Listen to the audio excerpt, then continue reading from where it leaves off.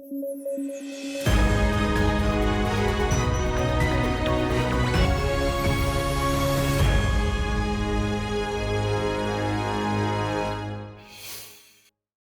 खबरों की शुरुआत करें।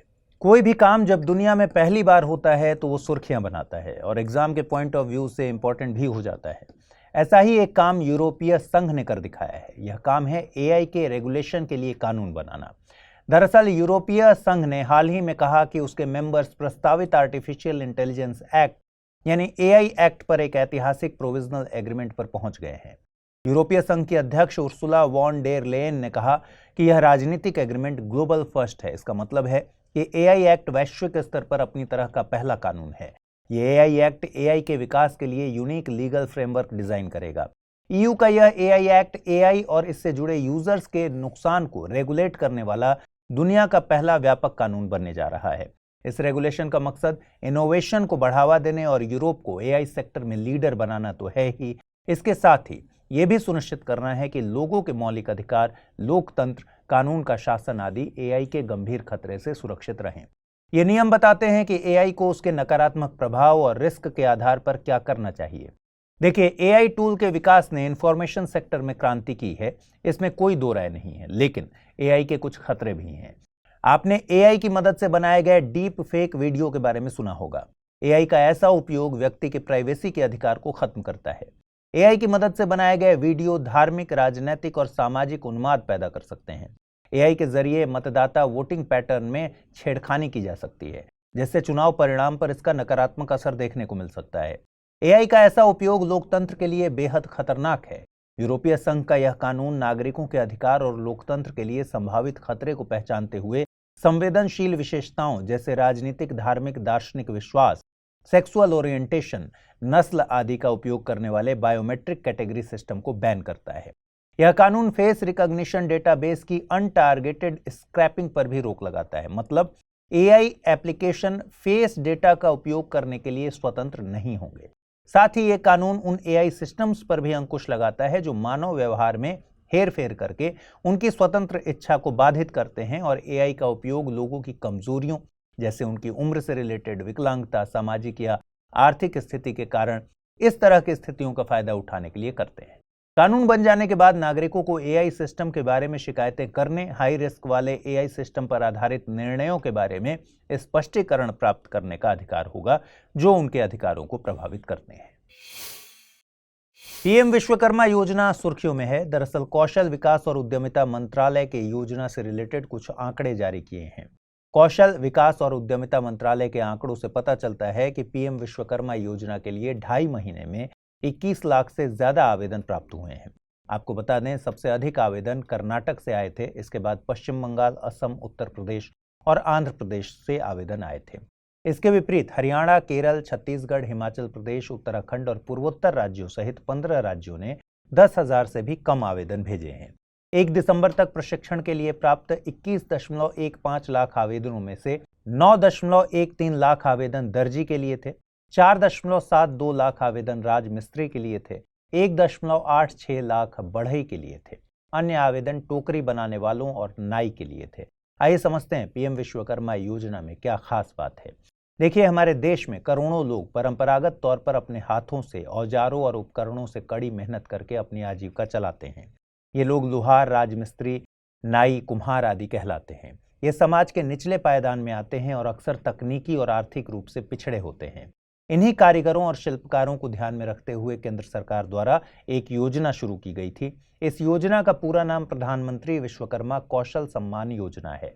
इस योजना के तहत कारीगरों और शिल्पकारों को कौशल उन्नयन, प्रशिक्षण और सहायता प्रदान की जाएगी। बदलते आर्थिक परिदृश्य के बीच विश्वकर्मा योजना पारंपरिक कौशल के उन्नयन और आधुनिकीकरण के लिए औपचारिक प्रशिक्षण प्रदान करती है। यह योजना वित्तीय सहायता भी प्रदान करती है और 18 व्यवसायों और शिल्पों में काम करने वाले व्यक्तियों के लिए बाजार लिंकेज के रास्ते भी बनाती है। इस योजना के लिए 13,000 करोड़ रुपए का प्रावधान किया गया है। ये योजना अगले 5 साल यानी 2023-24 से लेकर 2027-28 तक लागू रहेगी। प्रधानमंत्री विश्वकर्मा योजना के तहत कारीगरों और हस्तशिल्प श्रमिकों को विश्वकर्मा प्रमाण पत्र और पहचान पत्र मिलेगा। इन लोगों को पहले चरण में 1 लाख तक का ब्याज मुक्त लोन मिलेगा इसके बाद दूसरे चरण में 5% की रियायती ब्याज दर के साथ 2 लाख रुपए मिलेंगे। इस योजना के तहत कारीगरों को प्रशिक्षित भी किया जाएगा। ये प्रशिक्षण 2 रूप में दिए जाएंगे, बुनियादी प्रशिक्षण और उन्नत प्रशिक्षण। प्रशिक्षणार्थियों को प्रतिदिन 500 रुपए की आर्थिक सहायता दी जाएगी। साथ ही औद्योगिक उपकरण खरीदने के लिए 15,000 रुपए की वित्तीय सहायता प्रदान की जाएगी। इस योजना के तहत पहले वर्ष में 5 लाख परिवारों को लाभ मिलेगा और 5 वर्षों में कुल 30 लाख परिवारों को इस योजना से लाभ मिलने का अनुमान है। इनमें बढ़ई, नाव बनाने वाला, कवच बनाने वाले, लोहार, हथौड़ा और टूल किट बनाने वाले, ताला बनाने वाले, सुनार, कुम्हार, मूर्तिकार, मोची, राजमिस्त्री, टोकरी बनाने वाले, गुड़िया और खिलौना बनाने वाले, माला बनाने वाले, धोबी, दर्जी, ये सब शामिल है। सुप्रीम कोर्ट की संवैधानिक पीठ ने आज अनुच्छेद 370 पर सुनवाई करते हुए एक ऐतिहासिक फैसला सुनाया। सुप्रीम कोर्ट ने जम्मू कश्मीर राज्य को विशेष दर्जा देने वाले अनुच्छेद 370 को निरस्त किए जाने के सरकार के फैसले को बरकरार रखा है। इसका मतलब है कि सरकार का अनुच्छेद 370 को हटाने का फैसला संवैधानिक रूप से वैध है।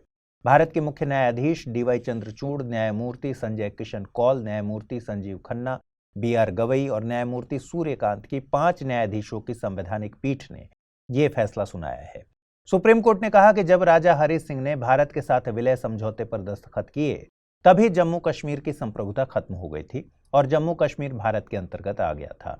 जम्मू कश्मीर भारत का अभिन्न अंग है और भारत का संविधान जम्मू कश्मीर के संविधान से ऊंचा है। सुप्रीम कोर्ट ने यह भी कहा कि आर्टिकल 370 को खत्म करने से जम्मू कश्मीर को बाकी भारत के साथ जोड़ने की प्रक्रिया मजबूत हुई है। जम्मू कश्मीर में अनुच्छेद 370 के निरस्तीकरण के बाद यहां 4 साल में न सिर्फ सकल राज्य घरेलू उत्पादन डबल हुई है, बल्कि कई अभूतपूर्व आर्थिक बदलाव भी देखने को मिले हैं। आधिकारिक आंकड़ों के अनुसार GSDP दोगुनी होकर 2.25 लाख करोड़ रुपए से अधिक हो गई है, जो अगस्त 2019 में अनुच्छेद 370 के निरस्त होने से पहले 1 लाख करोड़ रुपए के आसपास थी। इसके साथ ही सुप्रीम कोर्ट ने निर्देश भी दिया है कि चुनाव आयोग नए परिसीमन के आधार पर 30 सितंबर 2024 तक जम्मू कश्मीर में विधानसभा चुनाव करवाए। सुप्रीम कोर्ट ने यह भी कहा कि जितनी जल्दी संभव हो जम्मू कश्मीर को राज्य का दर्जा भी वापस दिया जाए। हालांकि सुप्रीम कोर्ट ने उस दौरान राज्य में लगे राष्ट्रपति शासन पर फैसला नहीं लिया है। सुप्रीम कोर्ट ने कहा कि स्थिति के अनुसार राष्ट्रपति शासन लगाया जा सकता है। गौरतलब है कि अनुच्छेद 356 में राष्ट्रपति को कुछ शक्तियां मिलती हैं, उसे किसी न्यायालय में चुनौती नहीं दी जा सकती। राष्ट्रपति शासन के दौरान केंद्र राज्य सरकार की जगह फैसले ले सकता है और संसद राज्य विधानसभा की जगह काम करती है। मध्य प्रदेश में CM के नाम को लेकर आज सस्पेंस खत्म हो गया। भाजपा ने घोषणा की है कि मोहन यादव मध्य प्रदेश के अगले मुख्यमंत्री बनेंगे। मोहन यादव को नए मुख्यमंत्री के रूप में शपथ मध्य प्रदेश के राज्यपाल श्री मंगू भाई छगन भाई पटेल दिलवाएंगे। अब मोहन यादव शिवराज सिंह चौहान की जगह लेंगे। आपको बता दें कि शिवराज सिंह चौहान ने राज्य के मुख्यमंत्री के रूप में 4 कार्यकाल पूरे किए हैं। मोहन यादव की बात करें तो मोहन यादव उज्जैन दक्षिण से 3 बार विधानसभा के सदस्य रहे हैं। यादव ने शिवराज सिंह चौहान के तहत पिछली सरकार में शिक्षा मंत्री के रूप में कार्य किया था। मोहन यादव ने उज्जैन में ABVP के साथ अपने करियर की शुरुआत की थी। वे 2011 से 13 तक मध्य प्रदेश राज्य पर्यटन विकास निगम के प्रमुख थे। मोहन यादव 2013 में पहली बार विधायक चुने गए थे और 2018 के विधानसभा चुनाव में वो फिर से निर्वाचित हुए थे। मध्य प्रदेश में पर्यटन को बढ़ावा देने के लिए उन्हें 2011-12, 2012-13 में भारत के राष्ट्रपति द्वारा सम्मानित किया गया था। वहीं छत्तीसगढ़ के नए मुख्यमंत्री विष्णुदेव साय बने हैं। विष्णुदेव साय ने राजभवन में राज्यपाल विश्वभूषण हरिचंदन से मुलाकात की और सरकार बनाने का दावा पेश किया। विष्णुदेव साय आदिवासी समाज के बड़े नेता माने जाते हैं। विष्णुदेव साय इसलिए बड़ा नाम है क्योंकि वे 4 बार सांसद, 2 बार विधायक, केंद्रीय राज्य मंत्री और 2-2 बार के प्रदेश अध्यक्ष भी रहे हैं। इसके साथ ही विष्णुदेव साय को संगठन में काम करने का लंबा अनुभव भी है।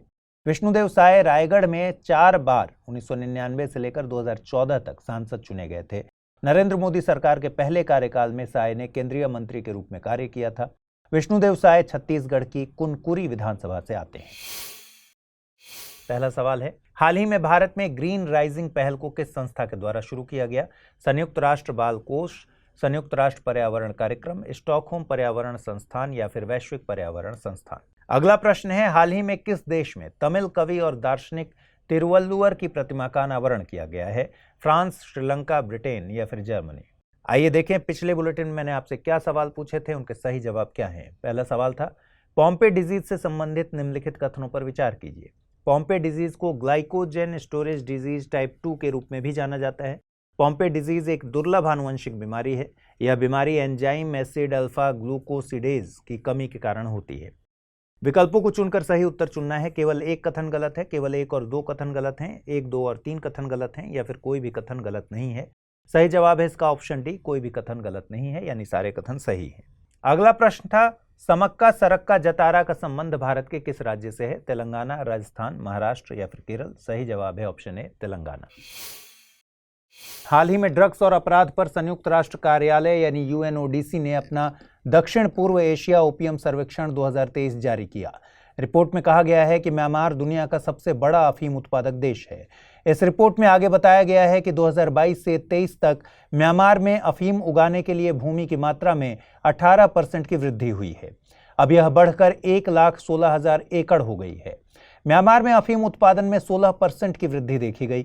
अफीम उत्पादन की इस तेज वृद्धि के लिए कई कारकों को जिम्मेदार ठहराया जा सकता है, जैसे कि बेहतर प्लॉट घनत्व, सिंचाई और उर्वरकों का उपयोग। म्यांमार के पहले अफगानिस्तान अफीम उत्पादन के लिए कुख्यात था, लेकिन 2021 में तालिबान के सत्ता में आने के बाद से अफगानिस्तान में अफीम की खेती में 95% तक की कमी देखी गई। रिपोर्ट में कहा गया है कि दक्षिण पूर्व एशिया में अफीम की खेती का गरीबी, सरकारी सेवाओं की कमी, चुनौतीपूर्ण आर्थिक वातावरण, अस्थिरता और असुरक्षा से गहरा संबंध है। आइए अफीम पर और जानकारी लेते हैं। अफीम दुनिया में सबसे अधिक चर्चा में रहने वाला नशीला पदार्थ है। अफीम शब्द ग्रीक शब्द ओपियन से बना है। संस्कृत में इसे आहिफेन के नाम से जाना जाता है, जिसका अर्थ है सांप का जहर। भारत के उत्तर पूर्वी भाग में इसे कानी कहते हैं। अफीम पापावर सोमनिफरम परिवार से संबंधित है। यह एक वार्षिक औषधीय जड़ी बूटी है। इसमें कई अल्कलॉइड होते हैं, जिन्हें अक्सर आधुनिक चिकित्सा में एनाल्जेसिक, एंटीट्यूसिव, एंटीस्पास्मोडिक के रूप में उपयोग किया जाता है। ध्यान देने वाली बात है कि अफीम एक अवसाद रोधी दवा है, जिसका मतलब है कि यह आपके मस्तिष्क और शरीर के बीच संचार को धीमा कर देती है। अफीम आज तक दर्द से राहत पाने का सबसे अच्छा ज्ञात स्रोत है। इसके अलावा इसे खाद्य बीज और तेल के स्रोत के रूप में भी उगाया जाता है।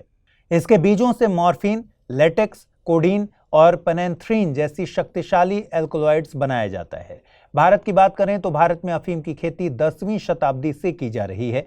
10वीं सदी के एक प्राचीन भारतीय चिकित्सा ग्रंथ धन्वंतरी निघंटु में अफीम को विभिन्न प्रकार की बीमारियों के लिए एक उपाय के रूप में बताया गया है। 16वीं शताब्दी की शुरुआत में मुगल काल के दौरान भारत में एक संघीय एकाधिकार के रूप में अफीम की खेती की जाती थी। मुगल बादशाह अकबर के समय और काल का ऐतिहासिक रिकॉर्ड आईने अकबरी कहता है कि उत्तर भारत के सभी प्रांतों में अफीम की खेती 10 लाख स्क्वायर किलोमीटर से अधिक क्षेत्र में फैली थी। मुगलों के पतन के बाद अंग्रेजों ने वर्ष 1773 से अफीम उत्पादन को नियंत्रित किया। आजादी के बाद भारत सरकार इसके उत्पादन और उपयोग की जांच और निगरानी करती है। आपको बता दें कि भारत एकमात्र ऐसा देश है जिसे संयुक्त राष्ट्र एकल कन्वेंशन ऑन नारकोटिक ड्रग्स 1961 द्वारा गम अफीम का उत्पादन करने के लिए अधिकृत किया गया है। लेकिन भारत में अफीम की खेती सभी राज्यों में नहीं होती। किसानों को इसकी खेती के लिए पहले central bureau of narcotics CBN से लाइसेंस लेना होता है।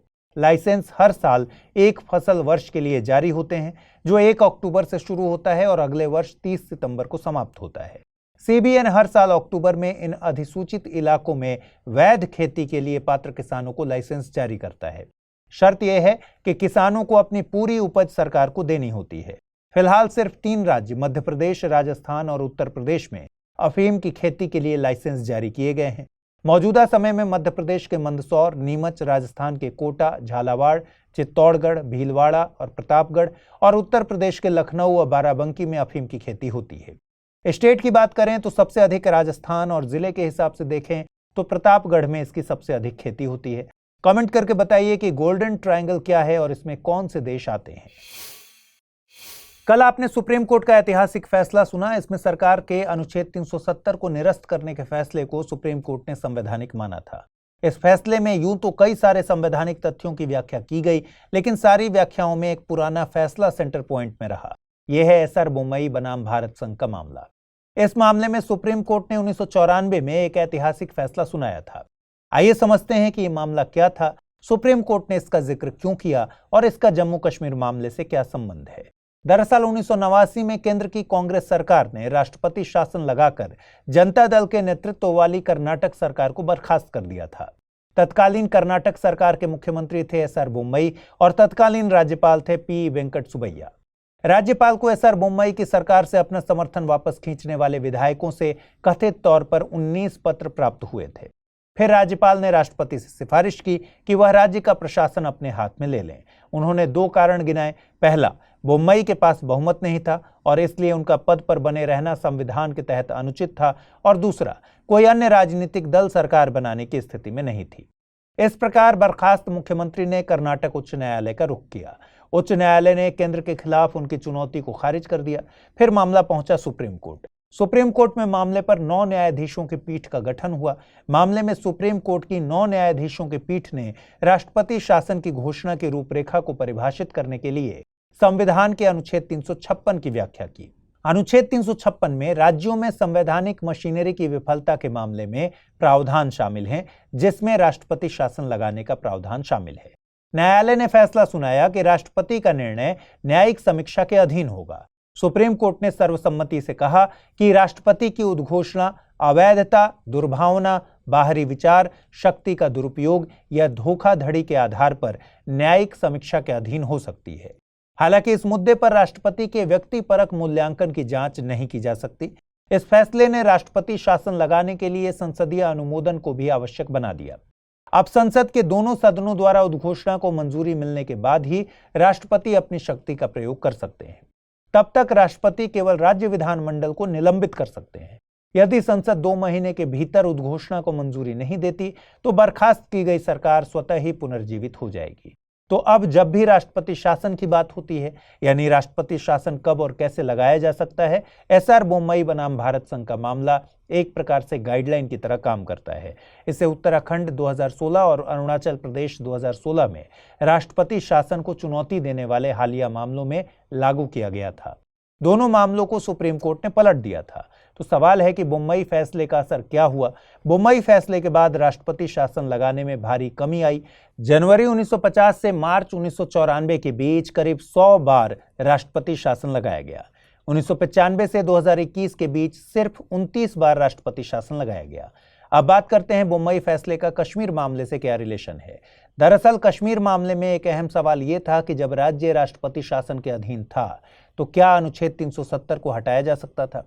आपको बता दें कि जम्मू कश्मीर राज्य 2018 से राष्ट्रपति शासन के अधीन था।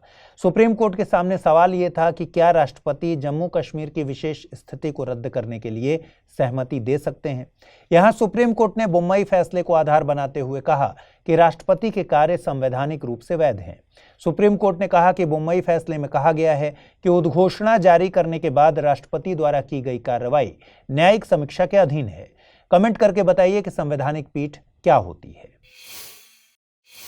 प्रधानमंत्री नरेंद्र मोदी ने आज नई दिल्ली के भारत मंडपम में global partnership on artificial intelligence यानी GPAI शिखर सम्मेलन का उद्घाटन किया। शिखर सम्मेलन ये जानने का अवसर देगा कि दुनिया के आर्टिफिशियल इंटेलिजेंस पर क्या दृष्टिकोण है और भारत इस दिशा में क्या सोच रहा है। GPAI शिखर सम्मेलन में इंटेल, रिलायंस जियो, गूगल, मेटा, पेटीएम और माइक्रोसॉफ्ट सहित दुनिया भर के शीर्ष आर्टिफिशियल इंटेलिजेंस गेम चेंजर्स भाग लेंगे। यह शिखर सम्मेलन 3 दिन का है। शिखर सम्मेलन के दौरान आर्टिफिशियल इंटेलिजेंस और वैश्विक स्वास्थ्य, शिक्षा और कौशल, आर्टिफिशियल इंटेलिजेंस और डेटा गवर्नेंस जैसे विभिन्न मुद्दों पर कई सत्र आयोजित होंगे। आइए समझते हैं GPAI क्या है। GPAI को जून 2020 में 15 सदस्यों के साथ लॉन्च किया गया था। GPAI एक बहुहितधारक पहल है। यह पहल सदस्य देशों के अनुभव और विविधता का उपयोग करके AI से जुड़ी चुनौतियों और अवसरों की बेहतर समझ को विकसित करने का अपने प्रकार का पहला प्रयास है। इसका मकसद AI संबंधित मामलों पर अत्याधुनिक अनुसंधान और व्यावहारिक गतिविधियों के बीच संतुलन बनाना है, ताकि आर्टिफिशियल इंटेलिजेंस पर सिद्धांत और व्यवहार के बीच अंतर को खत्म किया जा सके। भारत की बात करें तो Bharat global partnership on artificial intelligence का संस्थापक सदस्य है। भारत ने बीते कुछ वर्षों में अपने विभिन्न पहलों के माध्यम से शिक्षा, कृषि, स्वास्थ्य सेवा, ई-कॉमर्स, वित्त, दूरसंचार जैसे विभिन्न क्षेत्रों में AI का लाभ उठाना शुरू कर दिया है। एक नए अध्ययन ने दुनिया के उत्तरी हिस्से में संभावित रूप से एक बढ़ते प्राकृतिक खतरे की पहचान की है। यह प्राकृतिक खतरा है फ्रॉस्टक्वेक, इसको क्रायोसिज्म या बर्फ भूकंप के नाम से भी जाना जाता है।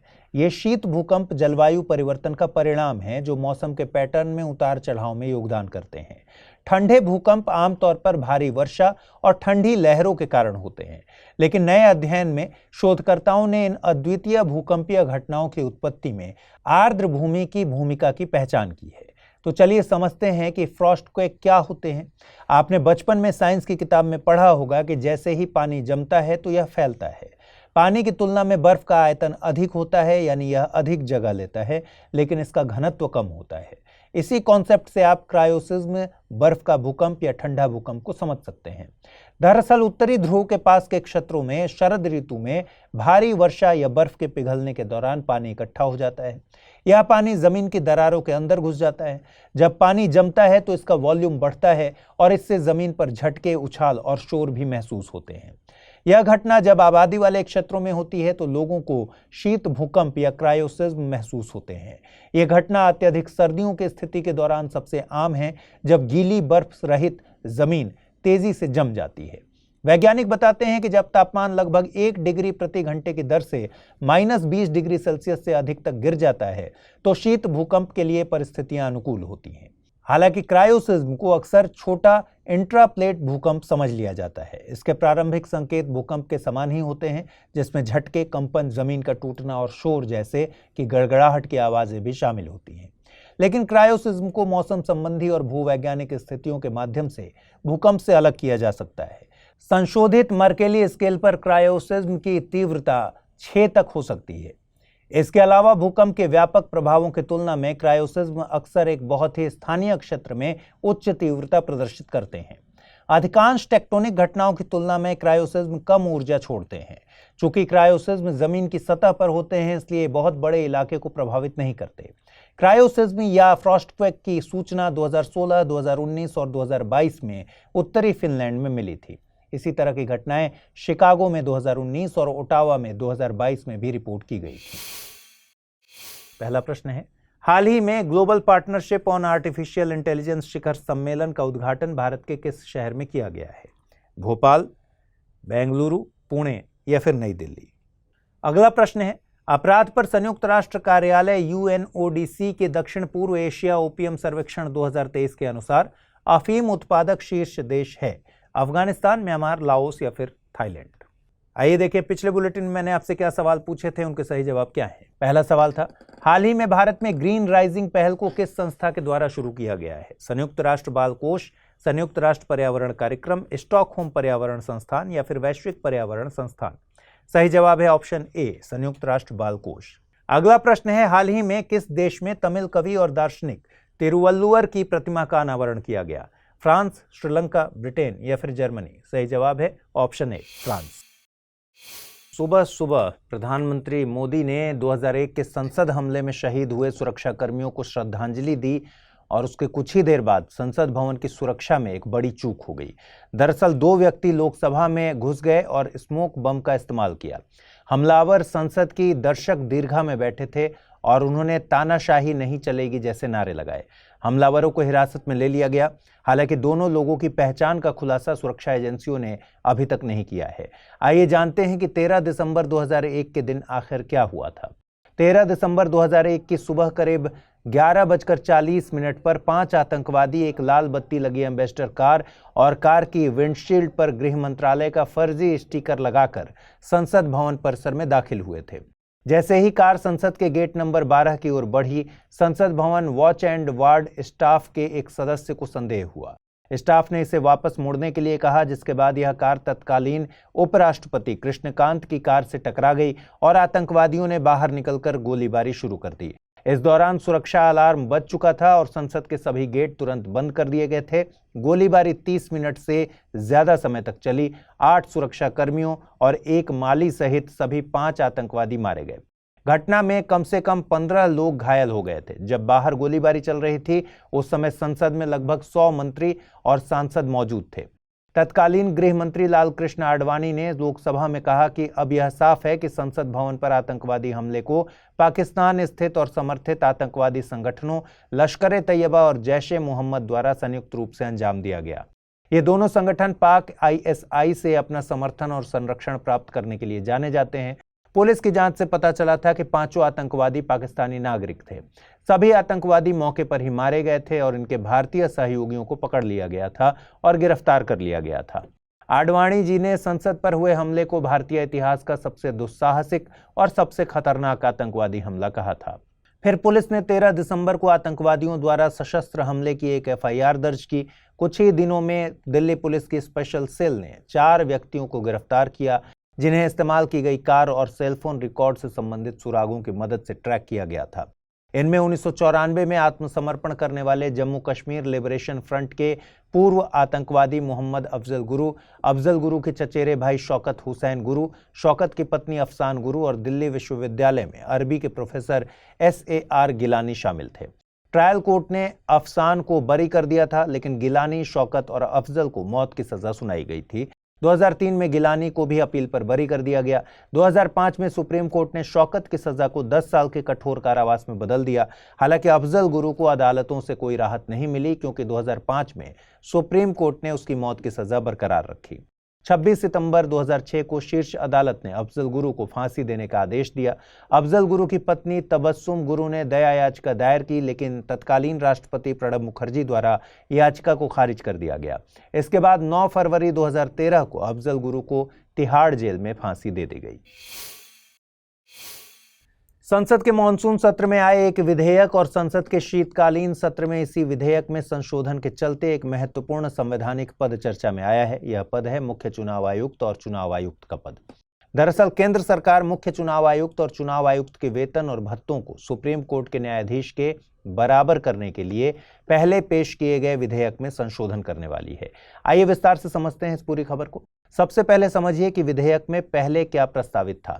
दरअसल संसद के मॉनसून सत्र में कानून मंत्री अर्जुन राम मेघवाल ने राज्यसभा में मुख्य चुनाव आयुक्त और अन्य चुनाव आयुक्त नियुक्ति, सेवा की शर्तें और कार्यालय की अवधि विधेयक 2023 पेश किया था।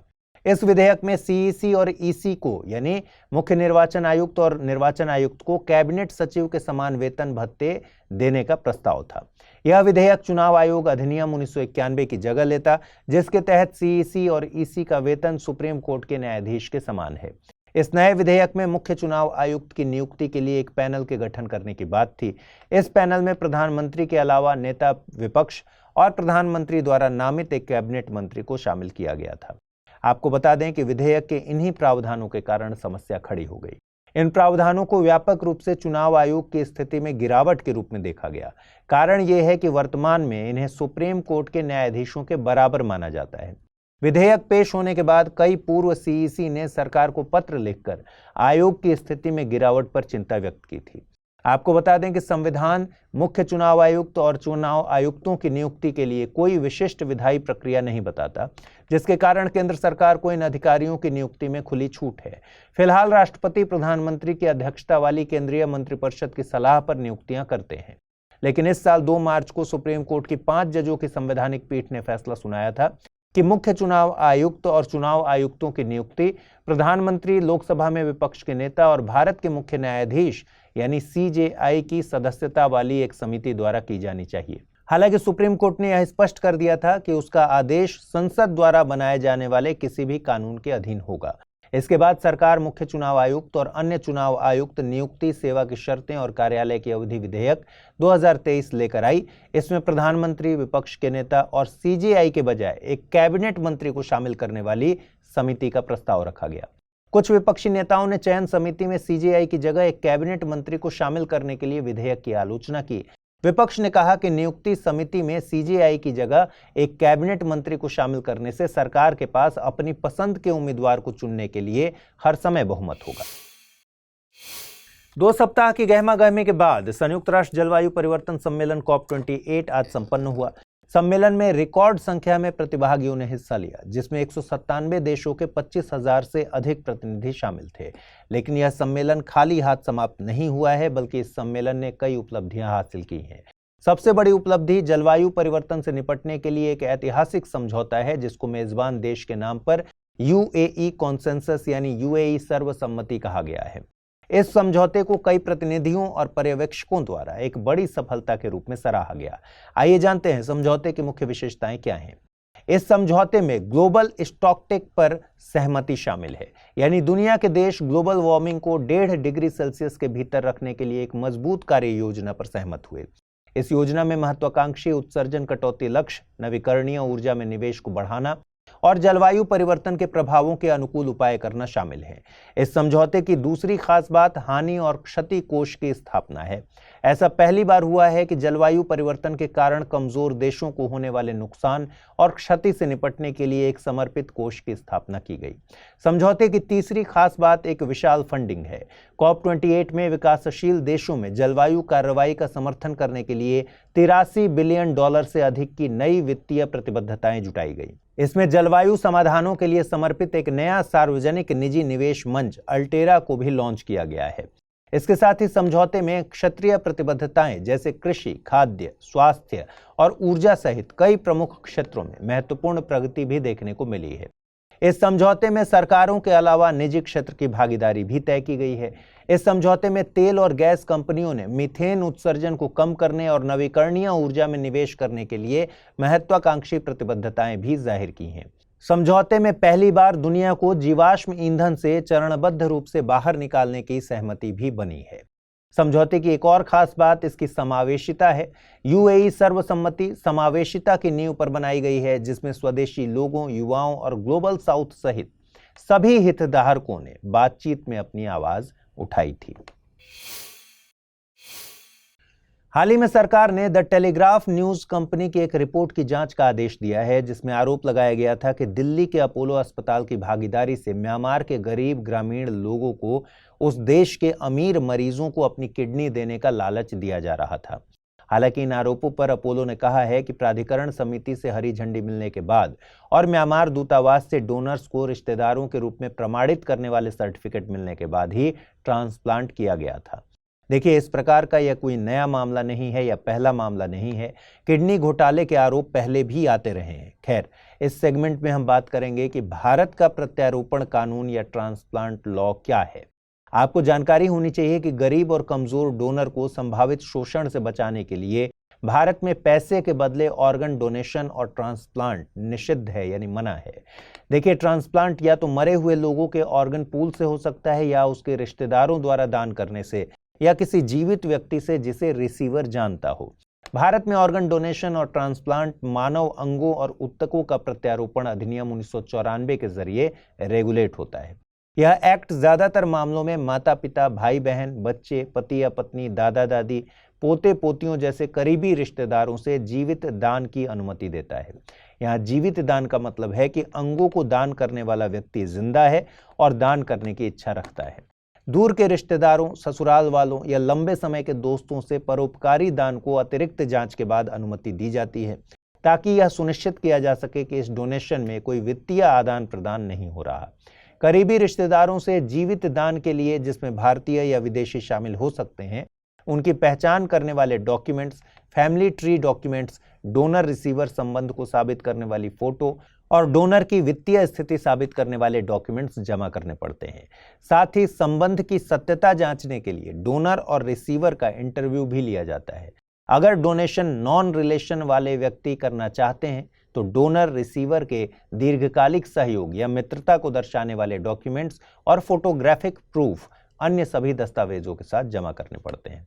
अवैध लेन देन से बचाव के लिए ऐसे मामलों की जांच एक बाहरी समिति द्वारा की जाती है। आपको बता दें कि ऑर्गन के लिए पेमेंट करना या पैसों के लिए ऑर्गन दिलवाने की पेशकश करना, ऐसी व्यवस्था के लिए पहल, बातचीत, विज्ञापन करना, ऑर्गन सप्लाई करने वाले व्यक्ति की तलाश करना और झूठे दस्तावेज तैयार करने में सहयोग करने पर 10 साल तक की जेल और 10,000 रुपए से 1 करोड़ रुपए तक का जुर्माना हो सकता है। यहाँ पर एक सवाल आता है कि आखिर ऐसे इलीगल या लीगल ऑर्गन डोनेशन में सबसे ज्यादा निशाने पर किडनी ही क्यों होती है? इसका सीधा सा जवाब है कि किडनी की मांग बहुत ज्यादा है। हर साल लगभग 2 लाख भारतीय किडनी फेलियर के लास्ट स्टेज तक पहुंचते हैं।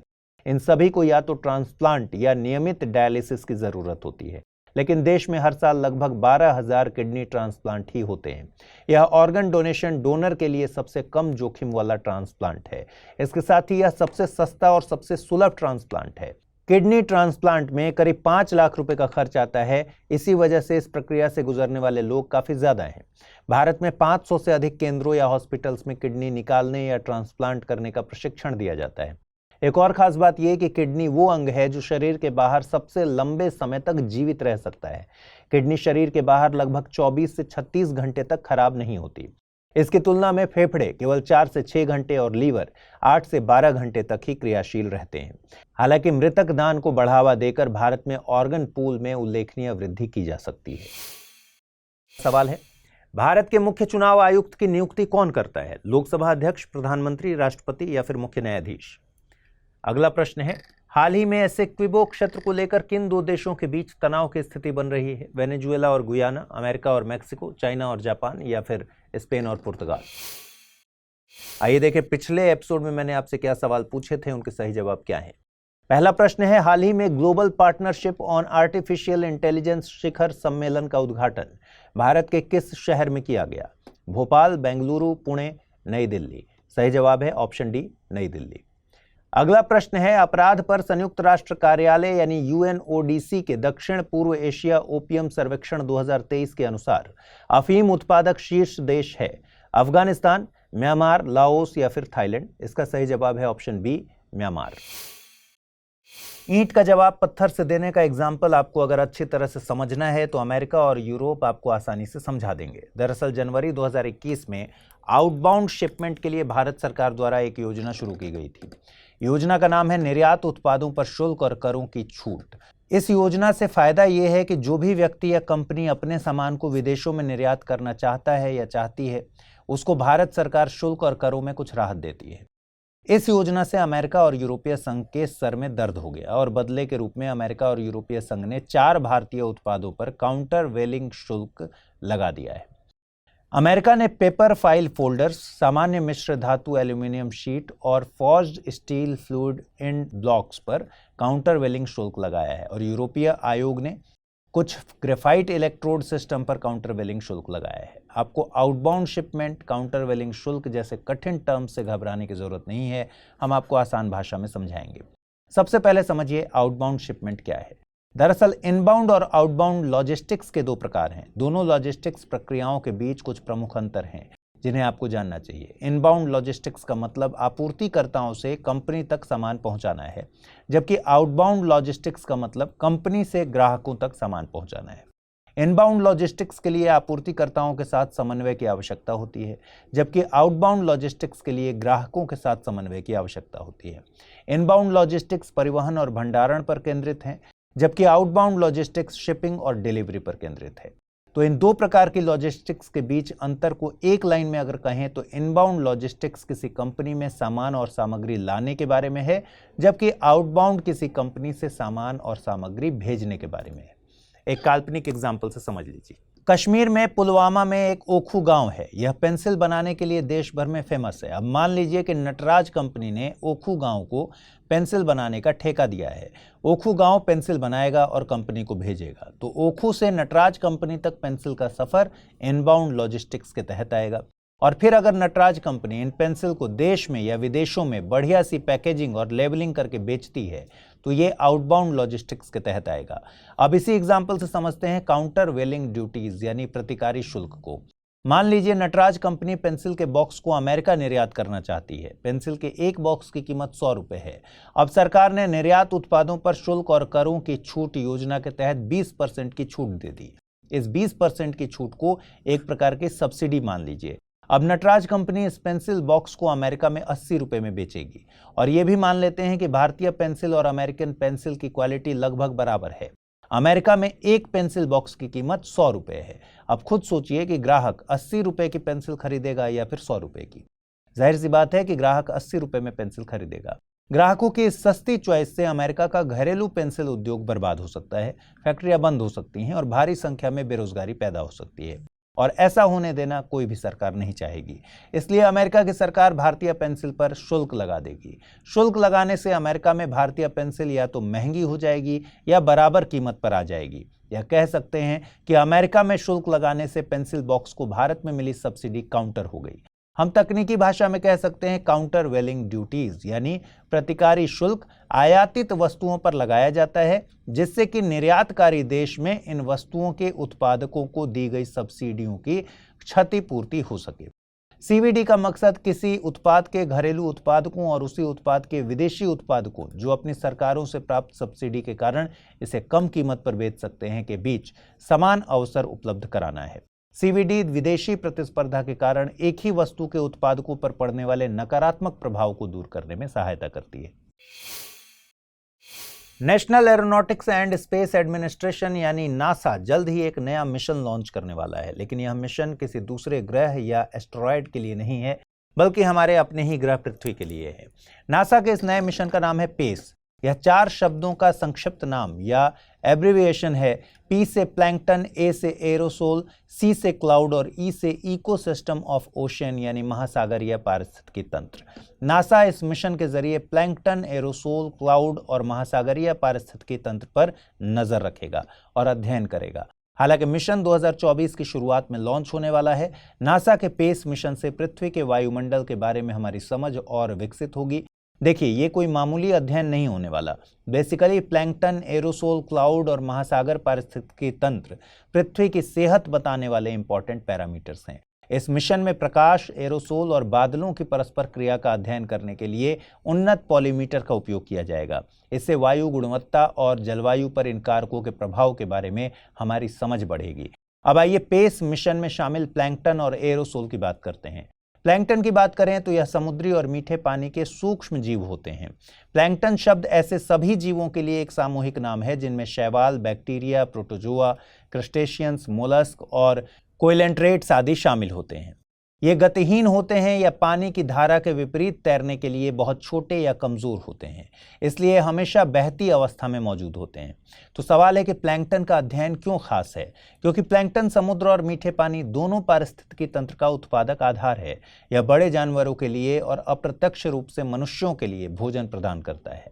मत्स्य पालन प्लैंकटन पर ही निर्भर है। वहीं एरोसोल हवा में बहुत छोटे कण होते हैं जैसे धुआं, धूल, समुद्री नमक और अन्य प्रदूषक। हालांकि इनका अध्ययन करना कुछ हद तक मामूली लग सकता है, लेकिन ये कारक हमारी जलवायु को प्रभावित करते हैं। एरोसोल सूर्य की रोशनी को अवशोषित करने के साथ साथ बिखेरते भी हैं। इससे ये तय होता है कि पृथ्वी की सतह तक कितनी सौर ऊर्जा पहुंचती है। आपको बता दें कि पेस मिशन समुद्र के रंग का भी विश्लेषण करेगा।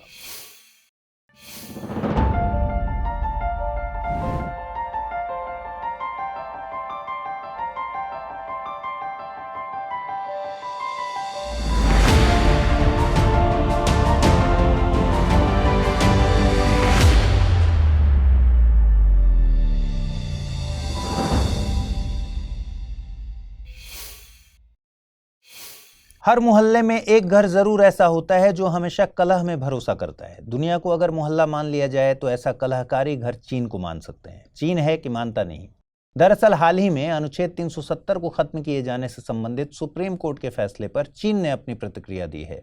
चीन के विदेश मंत्रालय का कहना है कि भारत की आंतरिक अदालत के इस फैसले का लद्दाख को लेकर चीन के रुख पर कोई भी असर नहीं होगा। चीन कहता है कि चीन ने कभी भी केंद्र शासित लद्दाख को मान्यता नहीं दी। चीन कहता है कि केंद्र शासित लद्दाख का गठन भारत ने एक तरफा और अवैध ढंग से किया है। भारत की घरेलू अदालत का फैसला इस तथ्य को नहीं बदलता कि चीन भारत सीमा का पश्चिमी हिस्सा हमेशा से चीन का रहा है। आपको बता दें कि जिस समय भारत ने अनुच्छेद 370 को निष्प्रभावी करने और जम्मू कश्मीर का 2 केंद्र शासित राज्यों में पुनर्गठन करने का फैसला किया था, उस समय भी चीन ने भारत की आलोचना की थी। आपको अगर याद हो तो भारत ने साल 2019 में जम्मू कश्मीर को विशेष दर्जा देने वाले संविधान के अनुच्छेद 370 को निष्प्रभावी करते हुए राज्य को 2 केंद्र शासित प्रदेशों जम्मू कश्मीर और लद्दाख का गठन किया था। इस फैसले को चुनौती देने वाली याचिका पर सुनवाई के बाद 11 दिसंबर को सुप्रीम कोर्ट ने फैसला सुनाया। 5 जजों की बेंच ने सर्वसम्मति से जम्मू कश्मीर को विशेष राज्य का दर्जा देने वाले अनुच्छेद 370 को निष्प्रभावी करने को वैध माना। सुप्रीम कोर्ट ने फैसला सुनाते हुए कहा कि 370 एक अस्थायी प्रावधान था और राष्ट्रपति के पास इसे हटाने की शक्ति थी। कोर्ट ने यह भी कहा कि जम्मू कश्मीर के पास बाकी राज्यों से अलग कोई संप्रभुता नहीं है। चलिए समझते हैं कि पूर्वी लद्दाख में चीन का रुख है क्या। चीन लद्दाख के पूर्वी इलाके को अपना भूभाग बताता है। आपको बता दें कि साल 2020 में लद्दाख की गलवान घाटी में भारत और चीन के सैनिकों के बीच जबरदस्त झड़प हुई थी। गलवान घाटी में भारत और चीन के सैनिकों में झड़प के बाद दोनों देशों के रिश्तों में तनाव आ गया था। चीन की सेना पूर्वी लद्दाख में कई जगह उन इलाकों में दाखिल हो गई थी जिन्हें भारत अपना क्षेत्र मानता है। इस घटना के बाद LAC के दोनों ओर हजारों सैनिक तैनात हैं और सीमा पर तनाव बना हुआ है।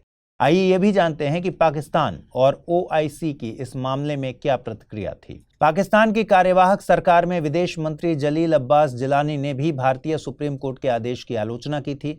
इसके अलावा इस्लामिक देशों के संगठन ऑर्गेनाइजेशन ऑफ इस्लामिक कॉरपोरेशन यानी OIC ने भी सुप्रीम कोर्ट के आदेश को लेकर चिंता जताई थी।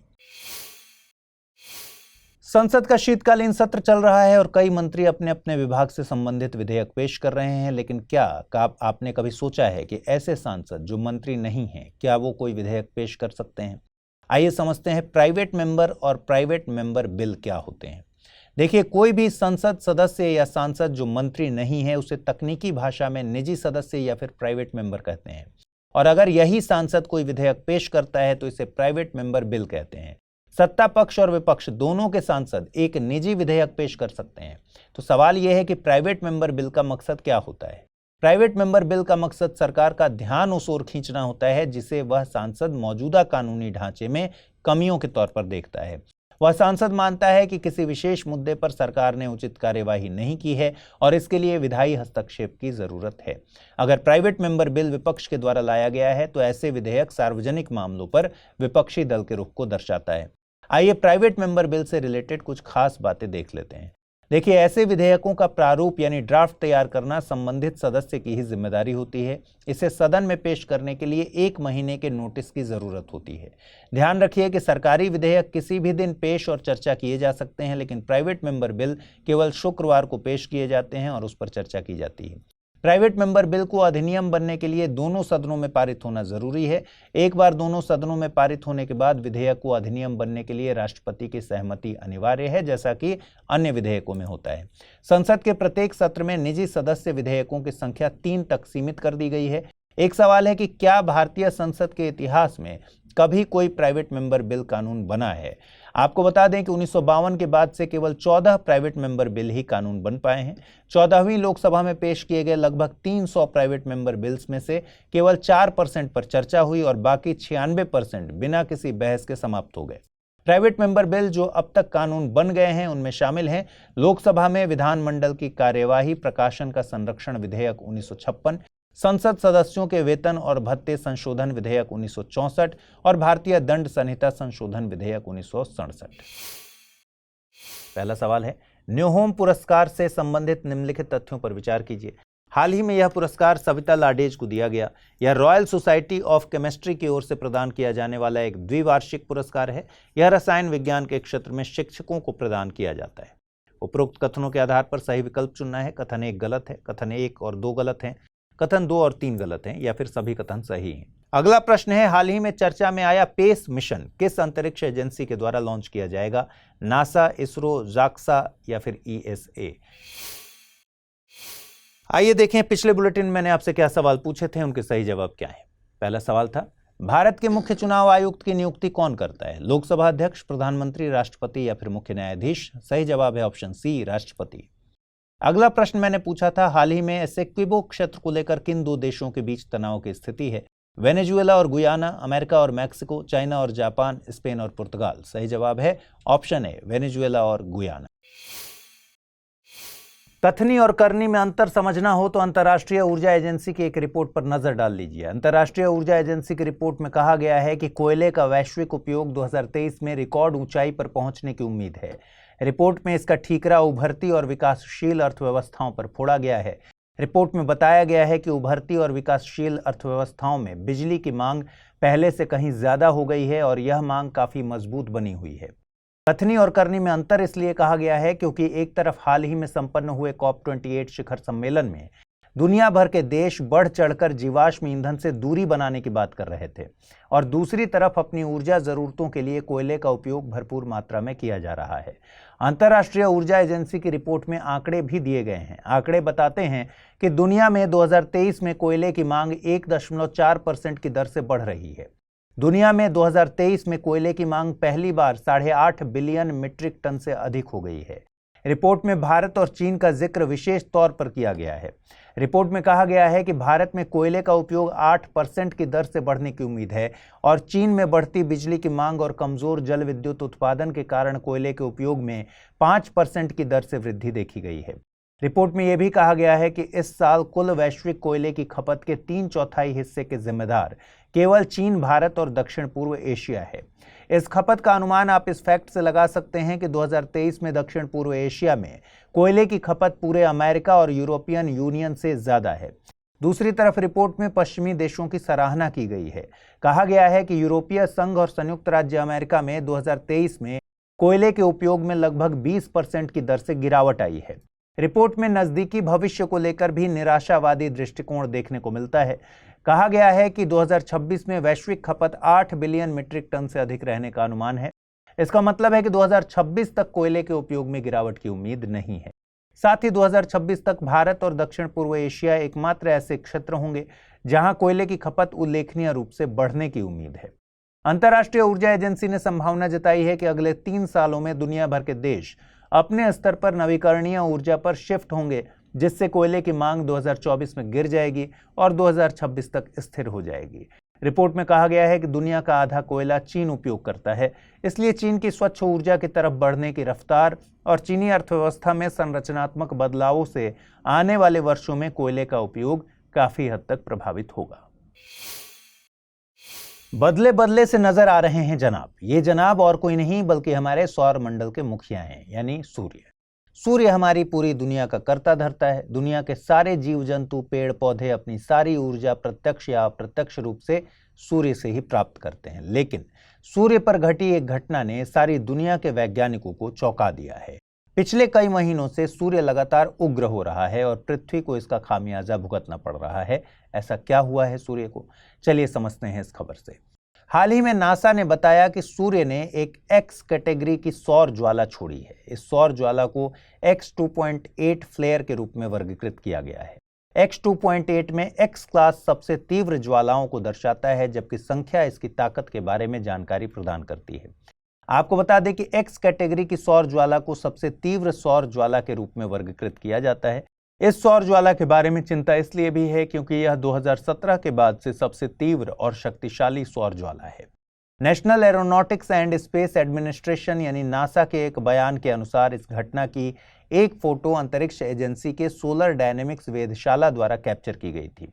चलिए अब आसान भाषा में समझते हैं ये सौर ज्वाला आखिर क्या है और इससे पृथ्वी को क्या खतरे हो सकते हैं। देखिए, हमारा सूर्य एक बड़ा नाभिकीय संलयन रिएक्टर की तरह है। इसमें लगातार हाइड्रोजन का संलयन होता है, जिसके बाद ये हीलियम में बदलता है, जिससे काफी बड़ी मात्रा में ऊर्जा और प्रकाश निकलता है। सूर्य में ब्लैक स्पॉट्स पाए जाते हैं, जहां चुंबकीय क्षेत्र अति तीव्र होते हैं। जब कभी सूर्य में नाभिकीय संलयन बहुत तेज हो जाता है तो ब्लैक स्पॉट से जुड़ी चुंबकीय ऊर्जा इससे प्रभावित होती है और विकिरण का एक तीव्र विस्फोट सूर्य से निकलता है। इसी तीव्र विस्फोट को सौर ज्वाला कहते हैं। सौर ज्वालाएं सौर मंडल की सबसे बड़ी विस्फोटक घटनाएं हैं। इस विस्फोट में प्लाज्मा और अन्य सौर पदार्थ हर तरफ हाई स्पीड से फैल जाते हैं और यही कुछ दिनों में पृथ्वी को हिट करते हैं।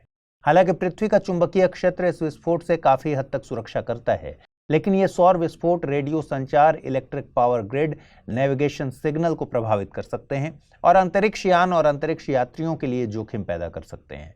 आपको बता दें कि हाल ही में सूर्य से निकली सौर ज्वाला X2.8 के कारण अमेरिका में गहरा शॉर्ट वेव रेडियो ब्लैकआउट हो गया था।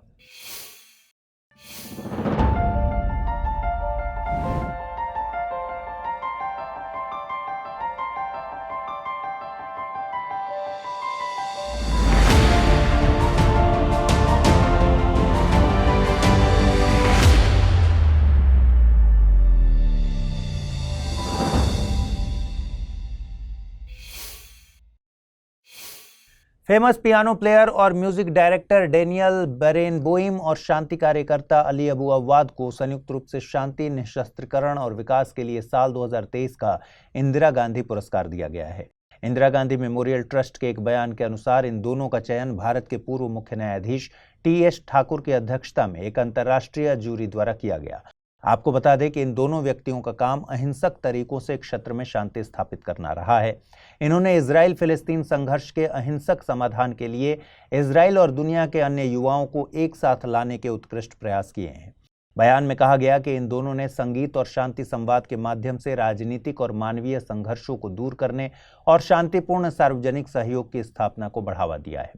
इन दोनों को यह सम्मान देने का फैसला ऐसे समय हुआ है जब इजराइल हमास के बीच युद्ध चल रहा है। आपको बता दें कि डेनियल बरेनबोइम अर्जेंटीना में जन्मे हैं और प्रतिष्ठित क्लासिकल पियानो वादक और म्यूजिशियन हैं।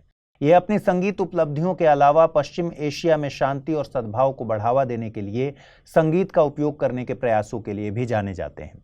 वहीं अली अबू अवाद एक प्रमुख फिलिस्तीनी शांति कार्यकर्ता हैं जो इस क्षेत्र में चल रहे संघर्ष के शांतिपूर्ण समाधान के लिए फिलिस्तीन और इजराइल के लोगों के साथ मिलकर काम कर रहे हैं।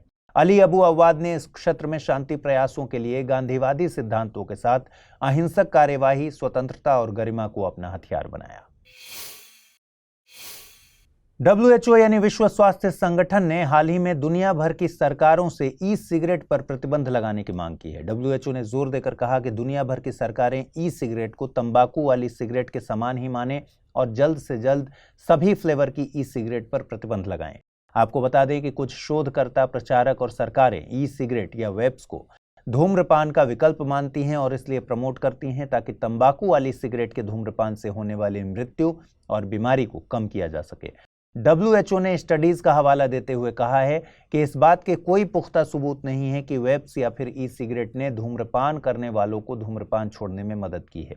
WHO ने कहा कि ई सिगरेट धूम्रपान छोड़ने में मदद नहीं करती, उल्टा ई सिगरेट स्वास्थ्य के लिए ज्यादा हानिकारक है।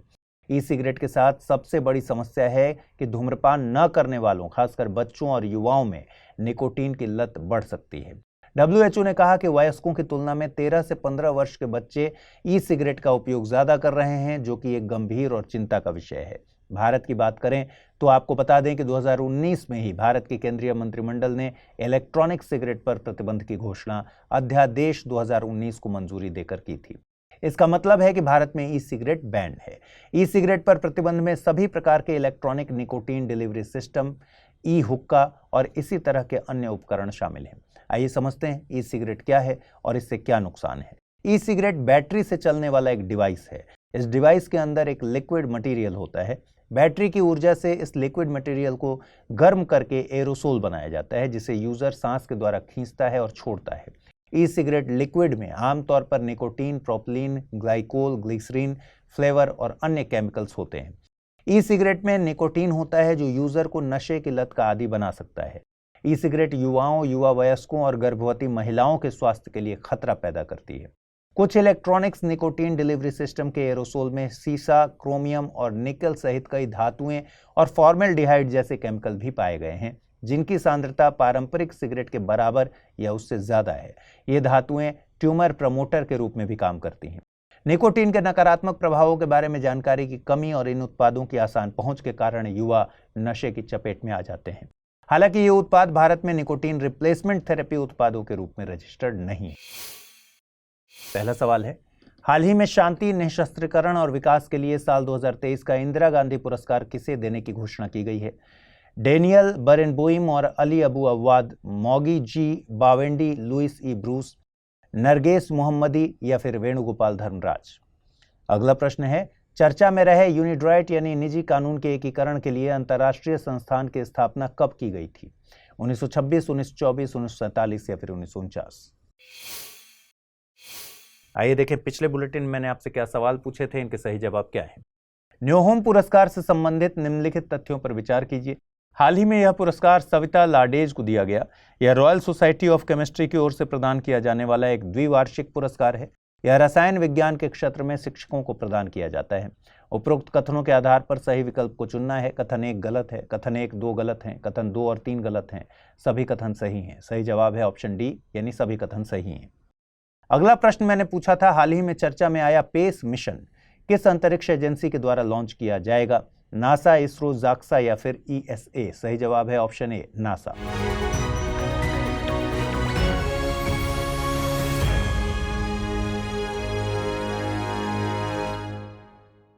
हिंदी में UPSC की तैयारी से संबंधित प्रोग्राम्स को देखने के लिए सब्सक्राइब करें स्टडी IQ IAS हिंदी।